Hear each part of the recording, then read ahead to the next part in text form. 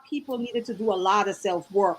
Like we're asking people to work together who hasn't even figured out how to work with themselves. It's been a long one, and I need someone so I pull up and drink some. Oh, with no brush on, and yeah. You have a lot of valuable experience. Like everybody wants to put their best foot forward. You know, they want the appeal out there. There's a lot of lessons learned in our struggle. Yes. So we don't share that part of what we've gone through. Mm-hmm. So what made you decide to step forward yourself, since you talked about the other people? So let me just say this. Like I used to do a show with another lady on Facebook. It was the Empower Hour, and we were really focused on like taboo topic within the Black collective. Because you know I'm a little bit sketchy about saying community these days, because when people be like what community, is to assume that because you're in Arizona and I'm in Maryland, and because we're Black that we share the same community, and that's not necessarily true. So I'm going to go ahead and say the Black collective. So we used to have various topics, taboo topics that no one wanted to talk about around the Black collective, and I really started there, but I was her co-host, and I don't know, something shifted in within me, and we stopped. Both of us, I think both of us kind of just maybe felt a little burnt out. I can't really speak for her, but I know for me, I know that my focus wasn't just within the Black bubble per se, meaning that everything wasn't about like justice and, you know, those type of things. For me, I realized very quickly that our people needed to do a lot of self-work. Like we're asking people to work together who hasn't even figured out how to work with themselves. And because I know that, I was just like, no, there's a work that has to happen before this, you know, utopia can take place. And so what I did was I figured I would use a panel, which was Conversations with King, as a like to get my feet wet, to feel it out, to see if it's, you know, do I really want to be in this space, right?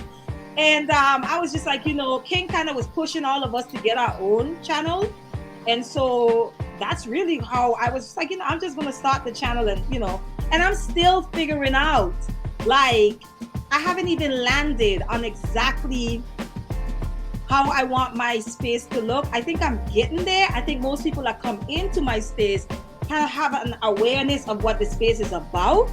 But I still haven't quite landed. I'm sort of still like up there, you know. I understand. Yeah. I understand. I'm with you. And I know for a fact that the struggle is, specifically in the YouTube space, when you look up I guess you would say the data, most people are in the space for entertainment, right? That's just a fact. Another thing is that the space is a mainly male-dominated space. It just is, okay? So you have to factor in those two, right? And I'm not necessarily one to, I mean, I'm already like practically, I get married in July.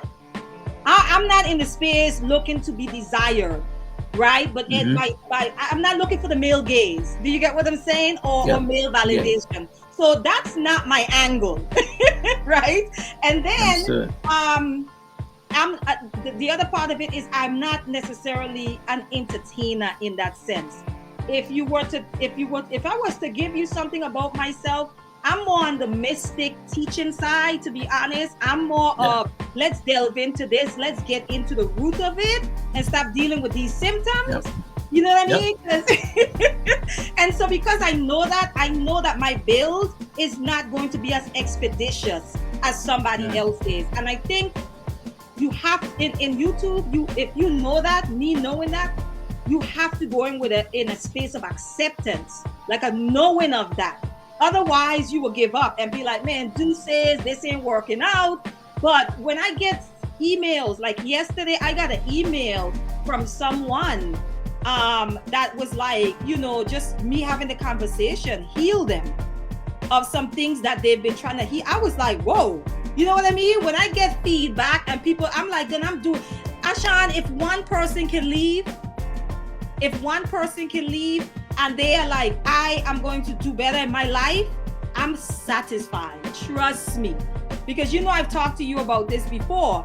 We cannot look at one individual as one individual. That individual is connected to a family. Sometimes they have children. They're connected to a community. All of those things, right? So then there's no such thing as an individual. We are all connected to other people.